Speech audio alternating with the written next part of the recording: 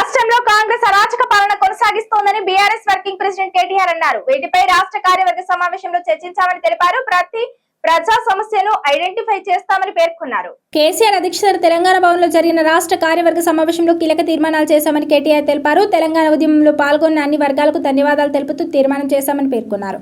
అరాచక కాంగ్రెస్ పాలనకు సంబంధించి భేటీలో నిర్ణయాలు తీసుకున్నామని చెప్పారు. తెలంగాణలో సపండ వర్గాలు సకల జనకు ధన్యవాదాలు చెప్తూ తీర్మానం చేశామని అన్నారు.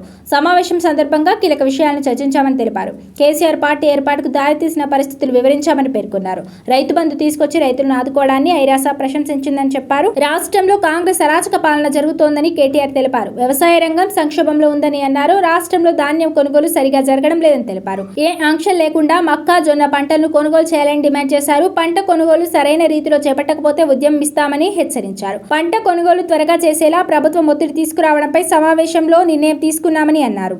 నిజానికి ఈరోజు తీసుకున్న అతి ముఖ్యమైన నిర్ణయం ధాన్యం కొనుగోళ్లలో రాష్ట్ర వ్యాప్తంగా ఏదైతే రాష్ట్ర ప్రభుత్వ నిర్లక్ష్యం వల్ల రైతులు తీవ్రంగా నష్టపోతూ ఉన్నారు. ఇవాళ దళారుల పాలైపోయింది ధాన్యం. రాష్ట్రంలో ఎక్కడా కూడా కొనుగోలు కేంద్రాలు నడవడం లేదు.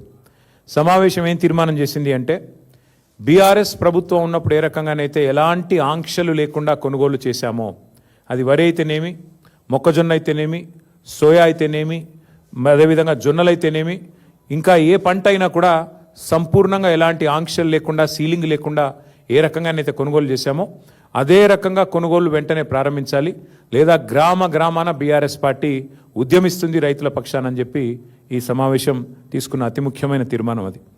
అట్లాగే ధాన్యం కొనుగోలు చేయడానికి కూడా చివరికి మంత్రివర్గ ఉపసంఘాలు వేసి వాటిని కూడా ఒక పెద్ద గొప్ప విషయంలాగా ఏదైతే రాష్ట్ర ప్రభుత్వం చెప్పుకునే ప్రయత్నం చేస్తున్నదో దాన్ని తీవ్రంగా ఖండిస్తూ వెంటనే ఈ రాష్ట్రంలోని రైతాంగ పక్షాన ఇప్పటికే దళారులకు అమ్ముకొని కనీస మద్దతు ధర రాకుండా బోనస్ కూడా వచ్చే పరిస్థితి లేకుండా మరి ఏదైతే రైతులు ఇబ్బంది పడుతున్నారో దాన్ని వెంటనే నివారించడానికి ప్రభుత్వం కొనుగోలు కేంద్రాలను ప్రారంభించి వెంటనే కొనుగోలు ప్రారంభించాలని చెప్పి సమావేశంలో తీర్మానం చేశాం.